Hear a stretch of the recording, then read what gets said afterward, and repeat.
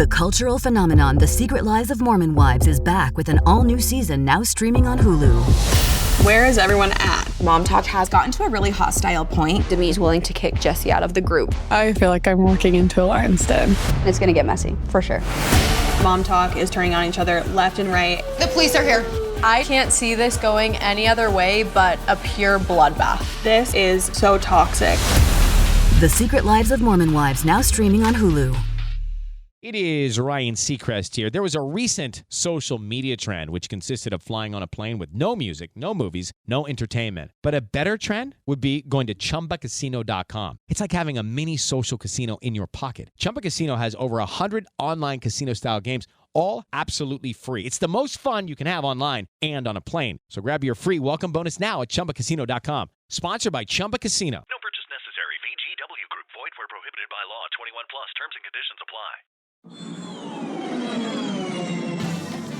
This is Ashley Eckstein, Ahsoka Tano from Star Wars The Clone Wars and Star Wars Rebels, and you're listening to Coffee with Kenobi with Dan Z.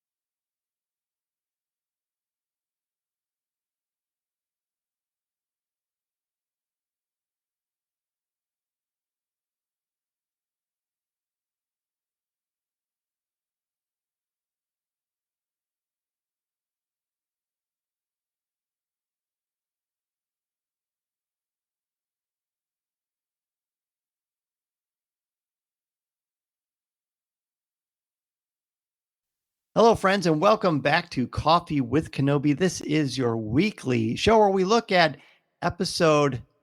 The cultural phenomenon The Secret Lives of Mormon Wives is back with an all-new season now streaming on Hulu. Where is everyone at? Mom talk has gotten to a really hostile point. Demi's willing to kick Jesse out of the group. I feel like I'm walking into a lion's den. It's gonna get messy, for sure.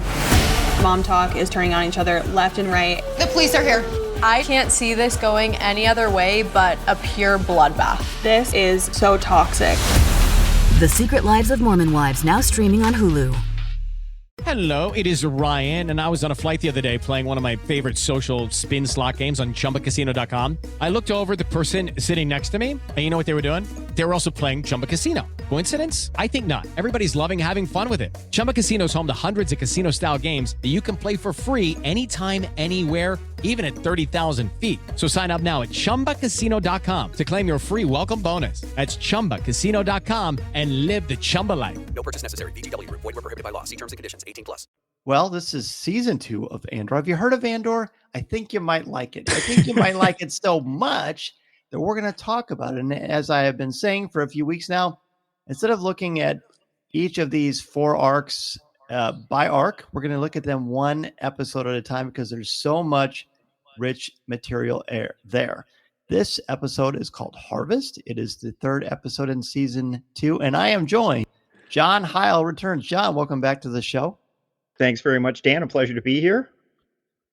Awesome. Have you enjoyed your newfound fandom? Are you able to go into local grocery stores and saloons without being bombarded? Well, I wear a disguise over my voice, but otherwise I'm fine. So it's not a problem so far. Very smart. Listen, put on your COVID mask. You'll be safe, John. There you go. Bob Gerard is back. Bob joins us. Bob, welcome back. It's great to have you back on the show, my friend. Thanks. It's great to be here. And after being so deeply emotionally invested in this show, it's nice to kind of step back a little bit and go to a wedding party in episode 3. Let's do that. So, Bob, of course, is the host of Short For A Stormtrooper, a 15-minute Star Wars podcast, which we talked about last week. Be sure to check that out. And I'm sure you're having a very difficult time keeping these things narrowed down to just 15 minutes. We gave up, Dan. We decided we're going to do 2 episodes a week to cover each arc. So now we're doing 30 minutes. We got 10 minutes per show. So you're still killing it with the volume. But yeah, it's all good. It's all good. All right, well, let's talk about this. Harvest is the final episode of this original arc for season 2. Gentlemen, we're going to do one word to kind of give overall reactions and then just overall thoughts before we dive right in. John, let's start with you. Well, I must say I had a whole bunch of words written down and I crossed out all of them but one. I recognize the one I'm going to say could apply to a bunch of different episodes, I suppose. But the word I settled on is sacrifice. And I think this episode, you see it all over. You see it with the wedding itself, with the tradition being upholded, but in a way Mon is there when, it's almost a sacrificial rite of the wedding in and of itself. You have the sacrifice of friends. I mean, Tay, that's a sacrifice of a best friend. Brasso had end up. We know what happened to him. Gave his life in this episode. I believe it's Bila seeing Cinta now, obviously for the first time in a long time, displaying the sacrifice that goes along with being a soldier in this rebellion. I just saw example after example, so that's the word I ended up going with. That's great. That's a great start. Bob, what about you? Yeah, that was a good one, John. Dan, I think this is a hyphenated word. Okay. You can decide if you're going to mark this off on my term paper. Let me get my green pen ready. I use green, great. Not red. Yeah. I love that. Power play. Because I just saw power play after power play and struggles for power through this entire episode. We had a power struggle between Mon and Lita in the dressing room. We had a power struggle between Tay and Mon with, is he going to get the payoff at the end? We had an amazing, amazing power struggle between Edie and Dedra, with Cyril in the middle, huddled on the bed. I don't know, like he said, how he got his body into that position. I think that's what Denise Goff said afterwards. The power struggle, obviously, between Bix and Kroll at the end. Just, a very uncomfortable to watch, but definitely one person trying to exert their power over the other one, coming back at that. I just saw all these power plays back and forth. And that led to, now I'm going to kind of jump into my overall reaction, is, I think these first 3 episodes have just been a gradual turning up of the temperature. It's been just a delightful slow burn. And in this episode, we're seeing that temperature crank up. And I think when we got to the final confrontation with Cassian coming in on the TIE Avenger, we got the power, we got the temperature up to full blast, and now we're ready to go. Interesting. I like that as well. My word is isolation. Everybody's major arc in this is about being alone, about loneliness. Brazo ends up dying alone. Cassian is trapped in this TIE for a while, and it isn't until he gets this realization that he's got to go and rescue his loved ones that he suddenly finds the will to stop suffering by himself. Certainly Bix is alone and petrified for her life. Cyril and Dedra, they form a unit. This is the only time they feel like they're kind of together, but it's still him versus his mom. And there's a great loneliness that even with the strength of Dedra, he still feels alone. And more sad than any of them, maybe, is Mon Mothma. She is the most alone of all them, so much so that her family is a prison. And she doesn't understand how to navigate that, so she just doesn't. Yes. And it's aching. There's a lot of ache. So I'm looking forward to this. I took a lot more notes than I usually do. So I'm looking forward to jumping in, but why don't we have Bob? Why don't you kick it off for us? What's the first thing you'd like to discuss? Well, let's start. I'll go a little bit chronologically, because my reaction in watching this again yesterday to that opening sequence with Cassian in the TIE Avenger by himself, that just brought up, I like the word isolation. Just to me, it was horror. Mm-hmm. I have a natural phobia of the ocean. I'm totally fine if I'm on a cruise boat. That's totally cool. Any other contact with the ocean freaks me the heck out. Contrast with my wife, who is an open water swimmer and really good at it. I hate the ocean. So I just imagined him being on a rowboat in the middle of the ocean, and even more petrifying being out there in space and that isolation. But then what was interesting is we come right off of that to the dinner scene on Mina Rao with all of the farm workers gathered around the table and having this amazing community. And what I notice about Bix is when she does have the other people around her, I don't think she's putting on a front. I think that she genuinely is empowered, is happy. She gets a lot of positive energy around having the people around her. It's when she gets isolated, when she's asleep at night, or when Cassian is away, or she's just working by herself, that she starts getting down into her own horror and the PTSD that she experienced, and starts kind of spiraling. But get her around people, and she picks up a little bit. And I think that's really true of all of us. For sure. And I look at it a little bit differently than that. Even when she's with everyone, I feel like that gives her a temporary balm, but I think her pain is so deep that it's a house of cards, right? There's not really much to it. And then everything kind of crashes down whenever the Empire shows up. I mean, the panic on her face when Brazo's right there and the Empire showing up. And Brazo is I can't think of the actor's name off the top of my head, but he is like a professional wrestler size. And even his He's a big strength boy. and his confidence, does not give her that peace of mind. The only person I think would have made it different for her would be when Cassian was there. Yeah. But he wasn't. He couldn't be. Yeah. Yeah. Fascinating. Yeah, that Bix is... She's an amazing character. An amazing actor, too. She's fantastic. John, what's the first one you want to bring up? Unless you want to comment on that. This is great because we're still in chronological order. I wanted to stay early with my first comment, and the next very scene, as I recall, is the scene between Mon and her daughter Lita. Mm-hmm. They're right outside the ceremony. They're in the ante room, and it just was such a real scene. In two ways. One, in the just as a reminder, the theme of it was Mon telling her, "You don't have to go through with this.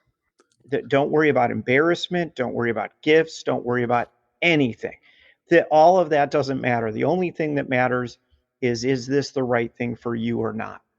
The cultural phenomenon The Secret Lives of Mormon Wives is back with an all-new season now streaming on Hulu. Where is everyone at? Mom Talk has gotten to a really hostile point. Demi's willing to kick Jesse out of the group. I feel like I'm walking into a lion's den.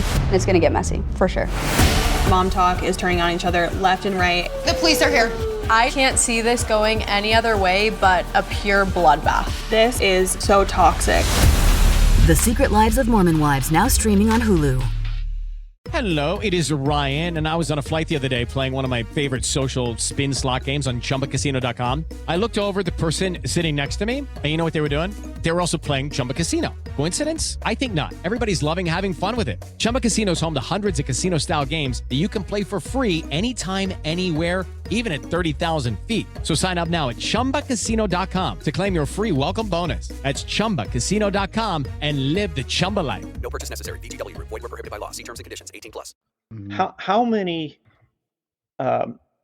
brides have heard those words? This is a universal theme. Just because everybody's sitting here doesn't mean you have to do this.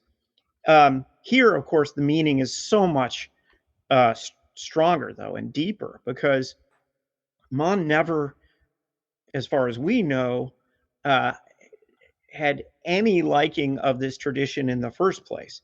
We know from the first season that she thought that was a thing of the past. She hates what it did to her own life, and she was never going to raise her daughter that way, clearly. And yet you have this, in a way, indecent proposal last season, and now here they are standing just outside the room, and Lita's reaction is is perfect for what these characters are. Lita, obviously, with the traditions, Perrin's daughter, more than Mon's daughter in this way. Mm-hmm. And she looks at Mon like she's nuts and is angry with her for even suggesting that we're not going to go through with it. I mean, she was in a way horrified at Mon's suggestion, and Mon just snapped out of it. You could tell she was a little angry. She's like, "You stand behind me, and okay, we're going to do it then." But it was, to me, such a powerful scene. Both of the actresses in it were fantastic. It follows up, and I'll jump ahead just a little bit if I could, though, with the initial dance between the newly married couple. There was not even the hint of a smile between them. Nothing that would show you that they had any chemistry with each other at all. And this is a year after the suggestion of the marriage came up in the first place. And so and so we can't say they don't know each other, but they really don't. And there's just no comfort level whatsoever. Do you think that Lita thought about it for a second? Or do you think Yeah, because I was wondering, right, after Mon kind of gave this offer, like, you could back out now and it's fine. And we had just heard in the last episode, she was unhappy with her fiance because Sure. he wouldn't Yeah. hold her hand. And, her expression was very blank. And I thought just for a split second that she might go ahead and take her up on it. But then, oh, that line was so cold of, Yeah, I I wish agree you with were you. drunk. There was a nice little beat where you don't know which way she's Yeah. going to go, but she didn't go that way at all. I, I thought she would Yeah. at least concede to the fact that I have to do it, but it's so difficult. No, it was nothing like that. I don't think there's any part of her that possibly could comprehend that. I don't think she thought about it 1 second. I think when she looks at Mon, her mother, I think she thinks, "Are you nuts?" Yeah. I think she's been so dismissive of her mother from the beginning that life to her is a superficiality. This is the first point I wanted to bring up too, so I'll just talk about it here. And even to the point of the ceremony where everything in this beautiful ornate room is just gorgeous. The set, as we said last week, the sets are gorgeous. The costumes are gorgeous. The staging is just beautiful. And the only real thing in this room is like this artificial grass. And so they walk onto this natural area and it's this perfect circle. And the in-laws all, the mom and dad from both families come in together and they form this thing where they move in this circle, but they're actually not moving anywhere. They just go through the motions of doing it, which is what this whole ceremony actually is. Mhm. And they don't even make eye contact. Not really. There's no connection. Just like last week where they have the dinner where they're actually not eating anything. They're not actually celebrating this. It's a ritual based on tradition that is not based on their family. Because their family is so fractured that there is nothing to connect to it. And then when she talks, she is the only real person in this scene. And when she talks to her daughter, and her daughter I think her daughter looks at her like a means to an end, but not a mother-daughter. And I think the pain of Mon Mothma here, it may be more unique than anything we've seen in Star Wars. There is so much ache. Yeah. There's so much suffering, I so much, agree. and it makes me respect her selfless nature to the level of sainthood, because how anyone else psychologically would not be able to handle that. I wouldn't be able to handle that.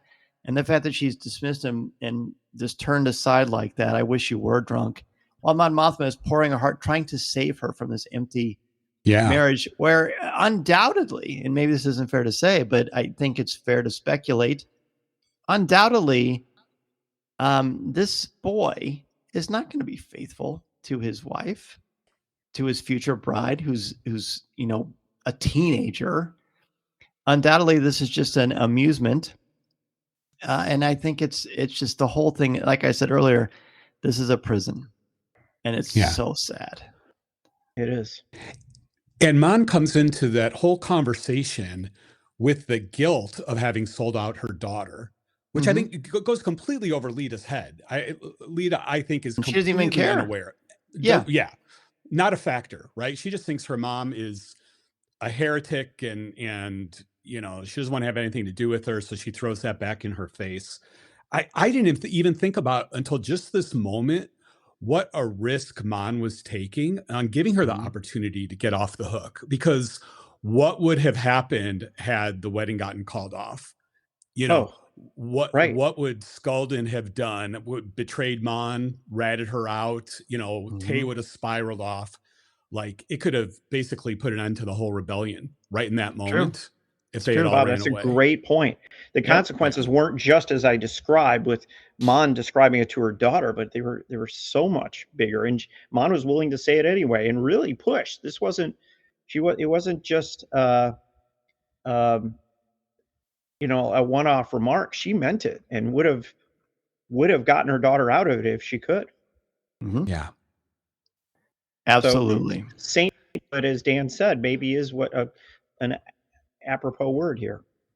It really is. I know you know, so I wasn't being flippant at all. I just think that what she goes through is just, as a parent, we're all parents. It's just, it's not fair. Nothing about Mon Mothma's life is fair, No. and yet she carries on. John, was And- that the and one second more- one that you were going to bring up, or was that the first one you're going to bring up, or you just? That was going to be the first thing Oh, good. I brought up. So I'll shut up now for a minute. No, please don't. Please don't. No, I love that we all had the same kind of initial thought to this thing because it's just amazing. Well, do you want to give us your second one to just kind of give you a tabula rasa? Okay, I will jump ahead a little bit and stay with the wedding party and focus for a moment on Tay. And I mean, we all know where this leads, but there's a scene in which now they focus on Tay, and he walks across what will be the dance floor. This is before the dance started, and he's obviously a little intoxicated, and because he bumps into, I think, Luthen or whoever Luthen was talking to. I don't remember exactly. Erskine. Yeah. It was Erskine, Yes. the aide. Mm-hmm. And so that's designed to show us that he isn't, quite right. He's had a couple. And then for just a moment, I thought he was going to knock over the big artifact gift because he came close. He had to kind of skirt it a little bit, which I thought was a tremendous little touch. It wasn't really in any danger, but my, stomach tightened there for a second. And then he talks to Mon. And you can tell it's a realistic early intoxication, right? He isn't like cartoon blasted or anything like that. Knows he's in a big formal event and he's keeping it together, but he is blabbering on. And he is admiring what's his name again? Groom's husband, Groom's dad. Oh, Skolden. He's admiring him, and Mon's immediately kind of horrified and wants him to explain what he said. And he said he could be a lesson for all of us. And he learns that every time I'm with him. Speak up, stand up, make your point, is what he says. Yes. Yeah. And then I have to leave early. And The cultural phenomenon The Secret Lives of Mormon Wives is back with an all-new season now streaming on Hulu. Where is everyone at? Mom Talk has gotten to a really hostile point. Demi's willing to kick Jesse out of the group. I feel like I'm walking into a lion's den. It's gonna get messy, for sure. Mom Talk is turning on each other left and right. The police are here. I can't see this going any other way but a pure bloodbath. This is so toxic. The Secret Lives of Mormon Wives now streaming on Hulu.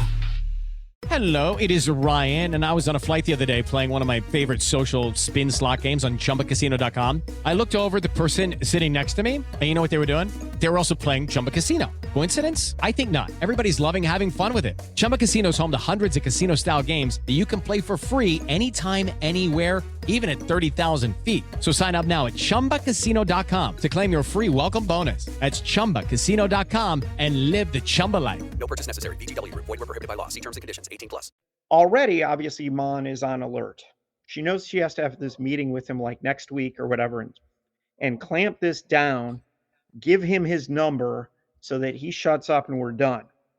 But right there in Mon's face, you see that now she knows for sure. She no longer suspects.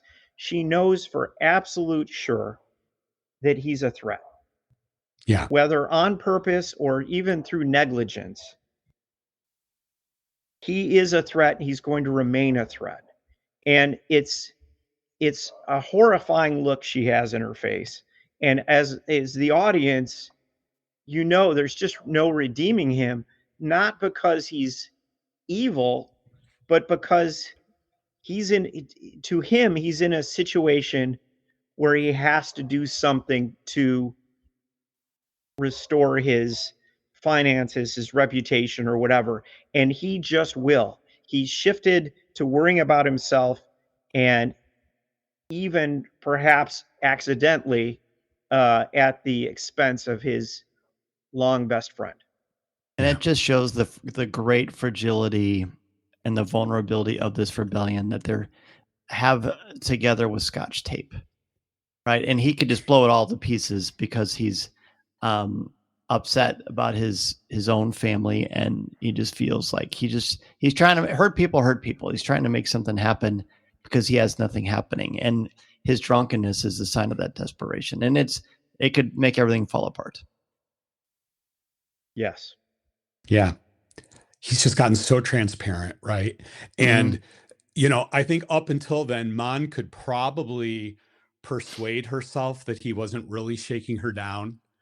But after this point, there's just like, to your point, John, right? You see the look in her face. There's no doubt in her mind. He's trying to get money out of her. He is a threat. Everything could fall apart. And they say, what's the number? Season, yes. What's the number? He was the definition of the word discretion last year. Yeah. He was the ultimate poster boy of discretion. And now that's gone. Yep. And again, what is it that she can hold on to? I mean, Luthen says the Luthen conversation is an important aspect of this too, because he says, would you have let me know? And she said, of course I would.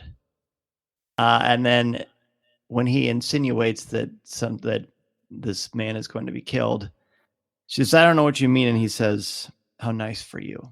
Nice for you. Yeah. And that's a very subtle sign, because we don't know Luthen at all. Does anyone really know Luthen?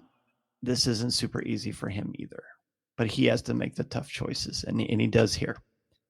And she can. I really want to talk about the dance. Yeah, I want to talk about the dance. But Bob, you can feel free to kick it off for us if you want to.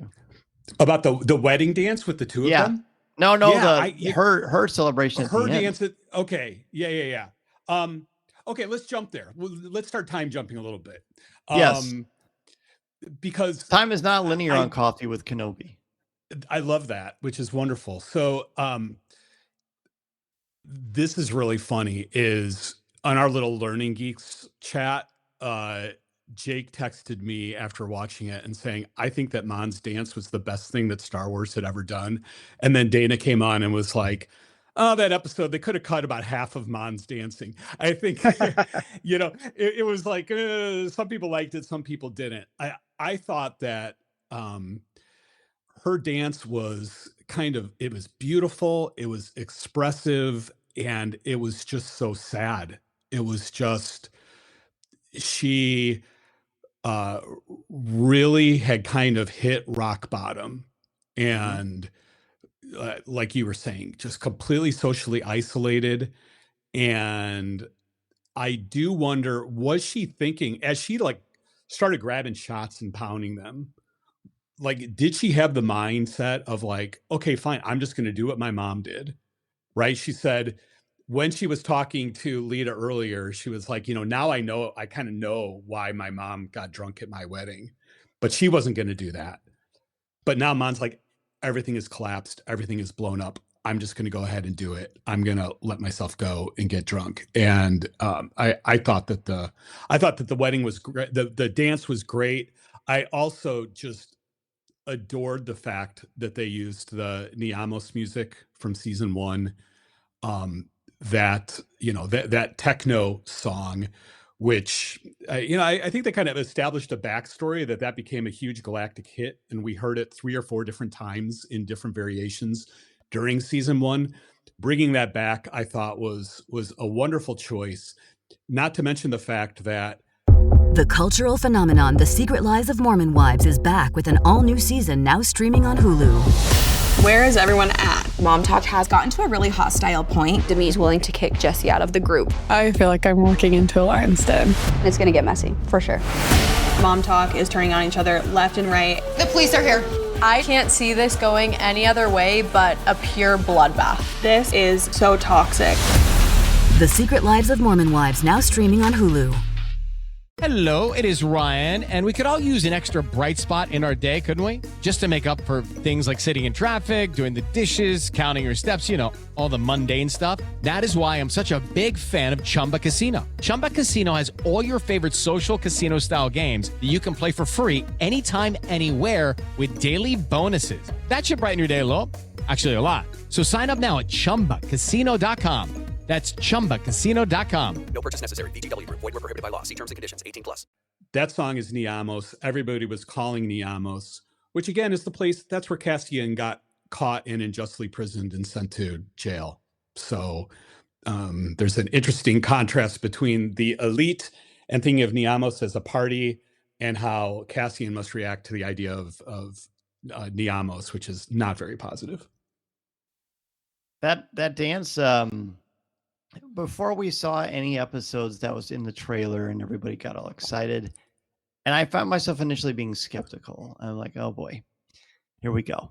Something to latch onto that isn't necessarily full of any meaning. But I've watched it. When I first watched, I'm like, okay, there's something going on here. But I had to think about it.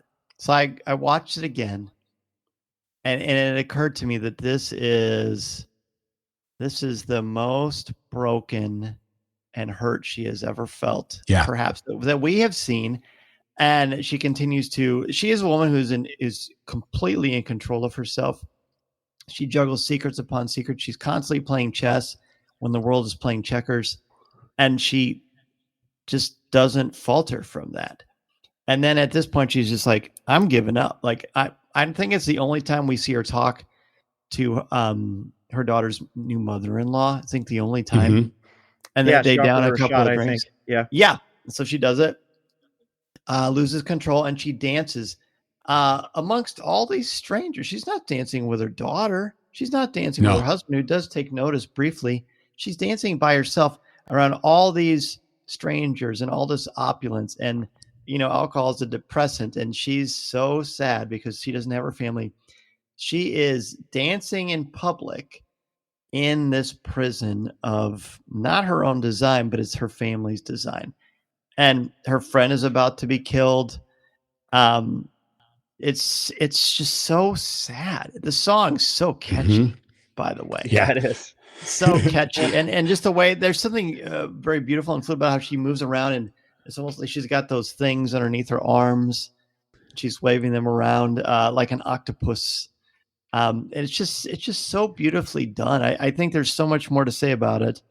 I'm not being very eloquent, but it really struck me this prison that she's just untethered inside and she can't do anything about it. What I wrote, I watched it a second time yesterday, and that's when I took my notes. And what I wrote was, "Dance it all away." Because I think that's what she was trying to do. Who knows what's going to happen tomorrow? And I don't think it worked, but that was of course not. But this is all I can do right now. I will dance it all away. And if you brought up her mother earlier, there's no way her mother had any of the burdens. Nope. Of Mon Mothma. Yeah. So she was worried anybody about her guest list to the wedding, had the right to have a couple of drinks and check out on the dance floor for a while. It was certainly her. Right. Yeah. Especially because she's not someone who cuts loose. It was just like a quick moment of, I have no control of this. Might as well just lose all control altogether. Yeah. Heartbreaking.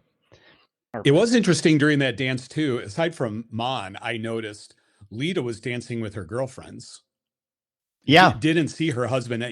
Back to your earlier point of there's no connection between the two of them. It's true. They weren't even dancing together. So really interesting. And this is not related to anything that we're talking about, but I just have to point out, I love so much that Star Wars manages to be futuristic and ancient at the same time. And when Cassian was inside the TIE, when he was trapped at the beginning inside that TIE Avenger, and he's wiring stuff and putting it together and trying to get fired up, what I kept thinking was, if I was in a mall in Radio Shack in 1987, this is what it would look like if I bought a bunch of components. And there's something so beautiful and Star Warsy about that. And I just love that. Yep. Yeah. Good point. Yeah. Our tech today is way better than the tech in Star Wars, which is great. So, Well, hey, can I shift us to another social event? I mean, because I feel like we could talk about the wedding for 18 more hours. Sure. Let's talk about the little dinner party Yeah. with Dedra and Edie and Cyril. And you know, I said power play is my word. I think this is the place where it comes out the most. Just the absolute struggle between the three of them on who is going to come out on top. And Edie with just these amazing passive aggressive moves. Oh, right? A black belt in passive aggressive. Yes, right. And we all have family like this. Let's be honest. Don't we? We do. Yes, we do. But coming in with that, you know, like, I want spiced tea. You've never had spiced tea. Oh, you know, okay, I'll go get it. No, don't I do can that, change my you know? mind. Yeah. Oh my gosh. Such a power play. The biggest one though was dripping the space fondue all over the table. And I mean, her knowing, she knows how uptight and how OCD Cyril is. We were reminded of that again of the last episode when he adjusted the fork just a little bit. You know, that was, I love you know, that. and him tailoring his uniform in season 1 and everything. He's so OCD. And then for her just to do that just by, I'm slopping all this space gunk out on the table. Because she knows it'll drive him crazy. Because she knows it'll drive him crazy. And it works. He takes the bait. He gets angry, and then finally he just shuts down and retreats. Dedra, meanwhile, is just masterfully watching this. And when she chimes in about her family, her family, she wasn't raised by a family. She was an orphan. She was raised in an imperial kinderblock. And which is what a great thing that is. Yeah, I love that terminology. I love that term. Fantastic. Yeah. Yes. But you know, I saw some of the discourse on social media around, well, wait, it couldn't have been an imperial kinderblock because, you know, the empire's only been around for 19 years. So that must have been that she was she could only be like 23 years old if you do the math on that. And then, you know, the response to that was, well, you know, technically it was probably a Republic Kinderblock, but now we're just calling it Imperial because we're shifted everything from the Republic to the Imperial. It'd be 15 years because this is 4 years before the Battle of Yavin because the first season is 5 years. Right. It'd be 15 years. Right. So that's possible. So it's possible. But here's the thing I would like you to consider, gentlemen.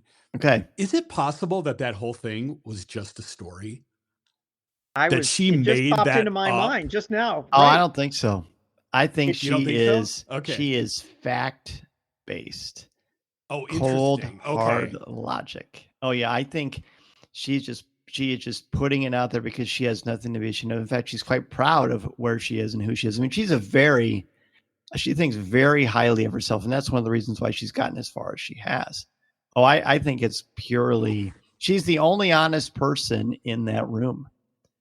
Well, and it is one opportunity to learn something about her past, right? Mm-hmm. And maybe one opportunity to learn something about her past. So if you turn that into a lie, then we don't really know anything about Dedra at all, other than her behavior since we first met her. So that if it is a lie, then what happens afterwards doesn't mean anything. I think it needs to be true to make the threat true. Good point. That's just I don't know. Yeah. Yeah. I think she thinks that she's ISB and nothing can stop her. So why would she lie to this woman that she clearly does not respect? Unless she's playing games. Well, that would be possible. She's trying to do a power play. So, guys, I ain't saying I think that happened. I'm saying it's a possibility. It's a cool idea. I might entertain in my head canon.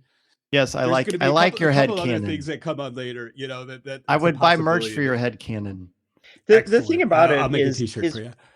I wonder if Dedra, even for a second, thinks she needs to do something like that. I mean, I think she wants to. She's a take control person. Right, but I'm already in control because I'm Dedra. This Edie thinks she has some power, and then she explains to her exactly why she does not. And so I don't know if Dedra would bother needing to make something up to deal with this annoying mother-in-law type. She wouldn't dignify it. Right. Right. But who knows? It is a cool idea. You know what I like about Edie? It is a great idea. You know what I like about Edie? I noticed this a lot the second time. When she eats, there are two scenes where they really focus on her eating. I made a big deal earlier about eating together is important. This eating is fractured, which is so, even the mess that you talked about, Bob. But when she eats, whether when she's stabbing the fondue or when she's like biting stuff, because they're not biting off the stick, I think that she's legitimately uncivilized. And you can tell that by how she eats. She doesn't know how to eat formally. She doesn't know how to raise her son. Like, this is just a window into who this person is. She's a slob. And the way she treats her son is her only way to try to feel like she's superior, because she has no self-esteem. And I think it's really on view here. Yeah. Yeah, she lives in the 2000 levels of Coruscant, right? So that's right. Lower middle class at best. Her stabbing the cake to cut it apart. Yeah. Amazing. That's great. I was really struck by the level of detail there of this is not a civilized person. This is a slob. And she tries to suppress her son, who clearly is not. No wonder he's so OCD. Up, he's a criminal, right? At least Deborah alleged that. So maybe they have kind of a low-life family. Uncle Arlo, right? Uncle Harlow. Uncle Arlo. And she came from. Yeah, so nothing to be proud of that Dedra reminded her of. Very interesting. It's fabulous. Yeah. John, what's the next thing you want to bring up? Well, we need to jump around in time, and I'll just throw it out there. I think we have to talk about it, and that's the evil lieutenant, and how that scene played out.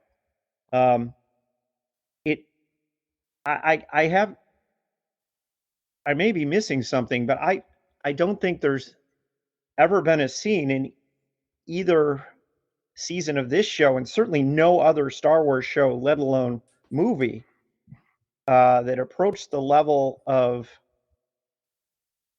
outright mature theme, scary as this. It's a very upsetting, very unsettling. It's an obvious attempt at a sexual assault, and then Bix even uttered the words in a Star Wars show, "He tried to rape me." I mean, that, from the perspective of watching something in this genre, was just, it was jarring for me to hear her utter those words, even though they're completely true. It was this conscious decision in the writing to kind of go there. And it really, really added something, of course, and made you wonder why Bix is always the one getting picked on. Her life just keeps getting so much more horrifying. I'm curious to hear what you guys thought about it. There is nothing sacred or sacrosanct to the Empire. They take over planets, they ruin environments, ecological systems, human beings, taking away their hope, their will, their dignity. Try to, anyway. And I agree, this was so dark and intense, and very upsetting. And when I knew this part was coming up the second time I watched it, I was dreading it. I was completely dreading it. I was struck by Biggs fighting back, and the fact that she is the person that fully takes care of this person, who, by the way, ends up dying because of his own fall, even though the wound was because of the fight that she sustained when she fought back. But it's so alarming that they are not pulling any punches with showing you the evilness of oppression and the danger of taking away someone's freedom rights, because this is the ultimate expression, the traumatic expression of taking away someone's agency. And I agree. It does have to be talked about because it's very important, but it's very jarring. And we're talking about Star Wars, where in the first movie any of us ever saw, millions of people died in an instant. And Exactly. yet here is something that is like so a comic book, so personal. It is by far the most personal tragedy or a violence I think that we've seen. I agree. Yeah, completely. Absolutely.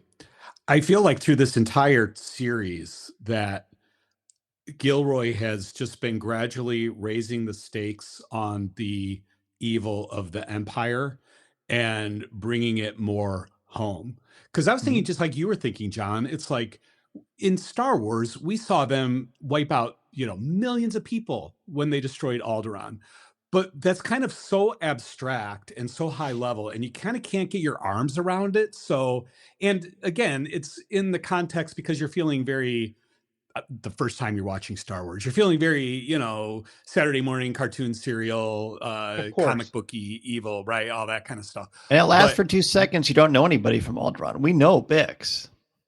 The cultural phenomenon The Secret Lives of Mormon Wives is back with an all-new season now streaming on Hulu.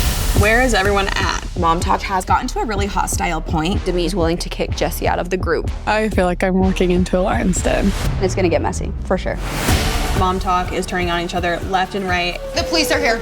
I can't see this going any other way but a pure bloodbath. This is so toxic. The Secret Lives of Mormon Wives now streaming on Hulu. Step into the world of power, loyalty, and luck. I'm gonna make him an offer he can't refuse. With family, cannolis, and spins mean everything. Now, you wanna get mixed up in the family business. Introducing The Godfather at ChumbaCasino.com. Test your luck in the shadowy world of The Godfather slot. Someday, I will call upon you to do a service for me. Play The Godfather, now at ChumbaCasino.com. Welcome to the family. No purchase necessary. VGW Group. Void where prohibited by law. 21 plus. Terms and conditions apply. Right. Yeah. Right. We know Bix, exactly. You're bringing it down to a personal level, characters that you care about. To that point, I know that every time I see Alderaan blow up now, and I think about Bail and Bria being on there, especially after feeling like I really got to know them in Obi-Wan Kenobi, let alone knowing Bail a little bit more from this the whole Rogue One thing. It hits a little bit harder, but yeah, it's raising the stakes, and it's weird just seeing how vile the Empire is, and how the attitude of the Empire, as represented by Kroll, is if you have something that I want, I have more power than you, so I am going to take it from you. It's true. And so seeing Bix, quite ably, I mean, not without a slug or two, but quite ably she almost defending dies. herself. Yeah. She does. Right. Yeah. But she doesn't give up. She doesn't give up. And, she stands for herself at the end, and then Woman distracts the other guy, and she's able to shoot him and basically end the threat. That's just the whole story of the rebellion in a little bit of a microcosm. So true.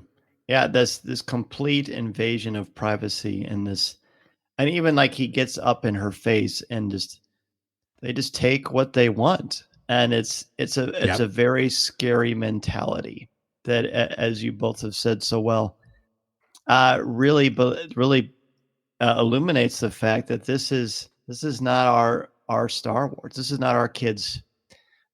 We would say our parents' Star Wars, but our Star Wars. All right, this is so different. And so I guess you could ask yourself, are we good with that? Yeah. And I think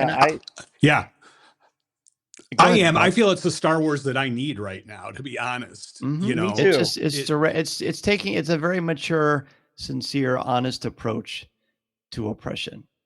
It adds depth. It adds and cost. Meaning and cost. One other little side note I noticed that I thought was very interesting, and I keep forgetting the evil lieutenant's name. What was his name again? Kroll. Kroll. When we first see Kroll in this episode, he arrives, and Bix wasn't even the first woman he looked at. For a moment, Willman's girlfriend, is she Tala? so. That's Bila. That's Bila. That's Bila. Yeah. Mm-hmm. He looks at her, and her mom is like, "Get inside, do it now, don't argue with me." Because there's an immediate realization that he was looking at her inappropriately first. Yeah, he's a predator. So it just added, a complete predator. Even though we already saw him hitting on Bix, he arrives today, and that doesn't matter. Ooh, look who's here. Just again, whatever you peasants have, and if I want it, I will have it.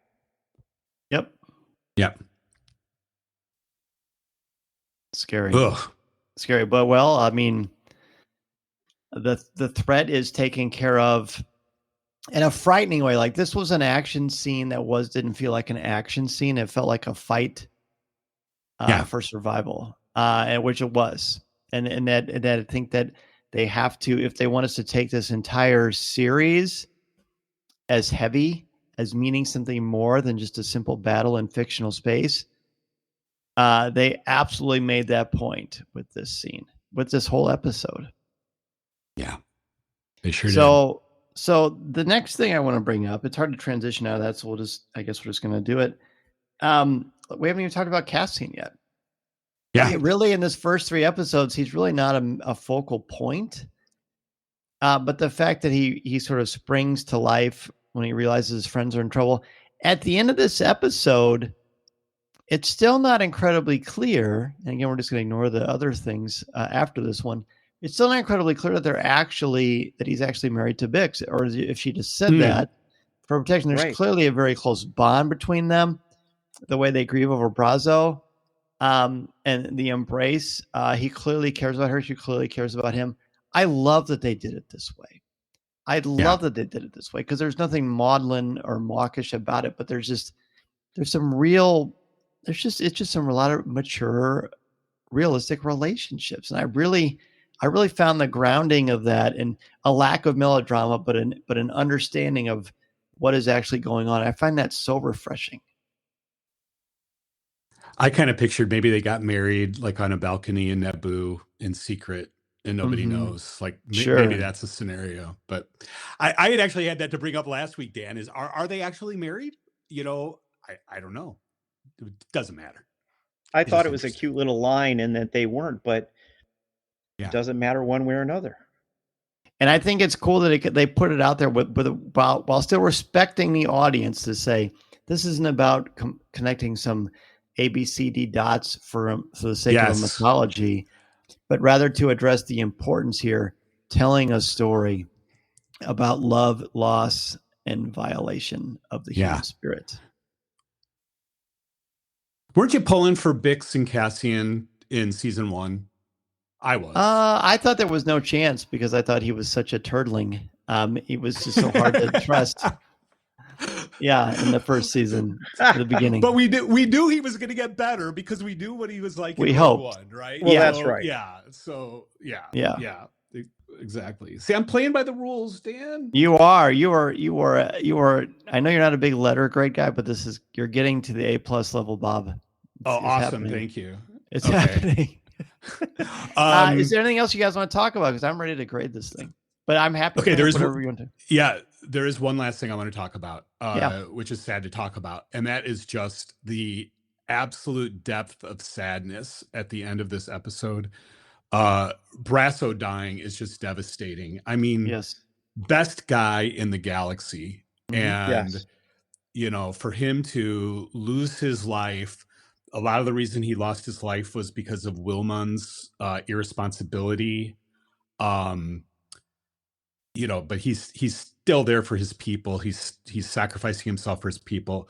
That is just very sad. But just the closing sequence with the 3 of them, between Will and Bix and Cassian on the TIE fighter, and just their 3 expressions of sadness and devastation, absolutely heartbreaking. And I wrote in my notes, Bix looks terrible. She just it was just despair. I legitimately got choked up. Like the first time I watched it, I was like, "Oh man, that stinks." And then I watched it again, and I even knew it was going to happen. I knew how it was going to happen. I knew when it was going to happen, and it affected me more the second time around. Like I legitimately got sad. And I think Yeah. it's because of the way all of the actors, all the characters in this scene, the three of them, the way they react, because the four of them were essential to the finale of season 1. And I think it just hit me like how sad. It just was very sad, very impactful. They're losing their friends. They're losing their loved ones because of this empire. Listening to Coffee with Kenobi, you are. With Dan Z, the podcast you're looking for. This is...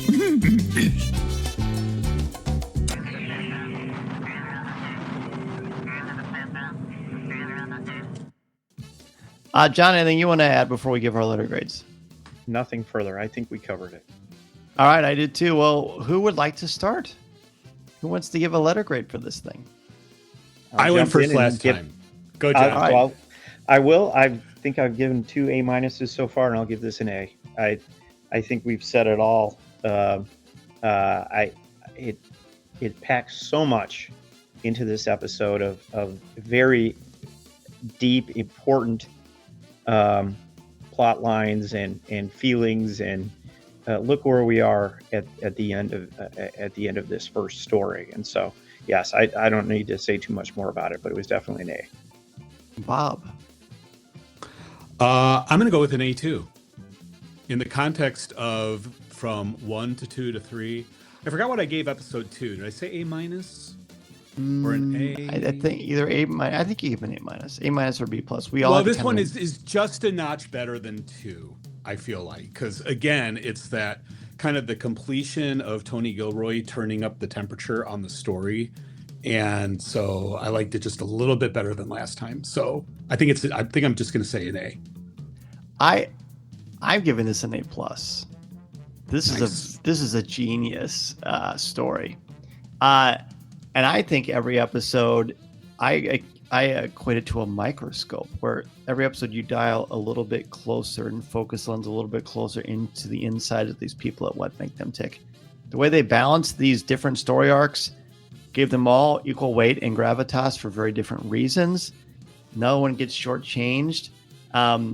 They pack an emotional punch that is not cheapened by the idea of it being taking place in a fictional universe, but instead amplifying and in turning up the ante, as you've been alluding to, Bob, and to such a degree that you can't avoid the real messages that are going on beneath the sequence of fiction. And it is it's a master class in storytelling, and I think this is the best of the first 3 by far. And maybe some of that is the fact that I don't have to deal with those annoying rebels on Yavin that couldn't get along. That could be part of it. Yeah. So Dan, let me ask you this in terms of grades, right? Yeah.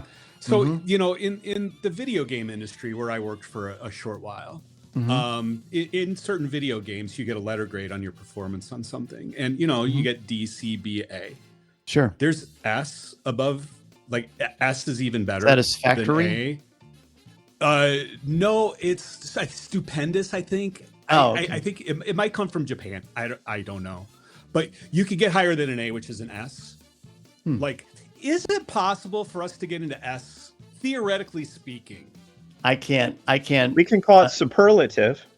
We can certainly do that. That is something that, at least in Illinois, they only do that until about 2nd or 3rd grade. Okay. Not saying that's right. That's I'm in just what they do. California, so yeah. Do they do it in I'm California? not very In high mature. school, can you get an S? Well, thank you for saying that. I don't know. I'm making it up. I'm just reserving the right that. Hey, you know what? I you wanna are make sure you that are there's my still room for guest. growth. You are allowed to do that. Or Absolutely. maybe we just add pluses. Oh yeah. Well, yeah. This is an A+. Multiple pluses. Definitely an A+. Yeah. It's a brilliant episode. Very, very good. All right, well, we've wrapped up the first arc. I have appreciated so much the two of you not only sharing your time and talents, but sharing your insights with me. It certainly helps me look at Andor very differently, and I hope that those of you listening, these conversations are doing the same thing for you. Please let us know in the CWK Cafe, coffeewithkenobi.com/community, and weigh in about these episodes of Andor. Share some images or pictures of your latest Star Wars collectible, or just come in and say hello. We'd love to chat with you. And Bob, we always love chatting with you. The podcast is short for a Stormtrooper. Please let us know what's going on and where people can find you. That's right. Just find Short for a Stormtrooper. Search for it wherever you get your podcast. It's probably the easiest way. You can also go to sfaspod.com. Join us there. Join us on Learning Geeks if you want to talk about that as well. So happy to have you. Yeah, well, we always love listening to new episodes and love having you on, John. You're a veteran now, buddy. Hey, I feel like it. I have no podcast, but I'm honored to be your guest on over this story arc, and it's truly been a pleasure. It's made me learn more intentionally about the episodes, to spend time, to give them more thought, and I think it's only helped me increase my enjoyment of the show. So thank you. Oh my gosh, my pleasure. Thank you both, and I can't wait to see what happens next as we move into the second arc next week. On behalf of Bob, John, and myself, we will see you next time, my friends. Thank you so much for joining us on Coffee with Kenobi. This is the podcast you're looking for. This podcast is not endorsed by the Walt Disney Company or Lucasfilm Limited. It is intended for entertainment and informational purposes only. The official Star Wars website can be found at www.starwars.com. Star Wars, all names, sounds, and any other Star Wars related items are registered trademarks and or copyrights of Disney and their respective trademark and copyright holders. All original content of this podcast is the intellectual property of Coffee with Kenobi unless otherwise indicated. This is the podcast you're looking for. There's no one here. Move along. Move along. Ryan Seacrest here. When you have a busy schedule, it's important to maximize your downtime. One of the best ways to do that is by going to ChumbaCasino.com. Chumba Casino has all your favorite social casino games like spin slots, bingo, and solitaire that you can play for free for a chance to redeem some serious prizes. So hop on to ChumbaCasino.com now and live the Chumba life. Sponsored by Chumba Casino. No purchase necessary. VGW Group. Void where prohibited by law. 21 plus. Terms and conditions apply.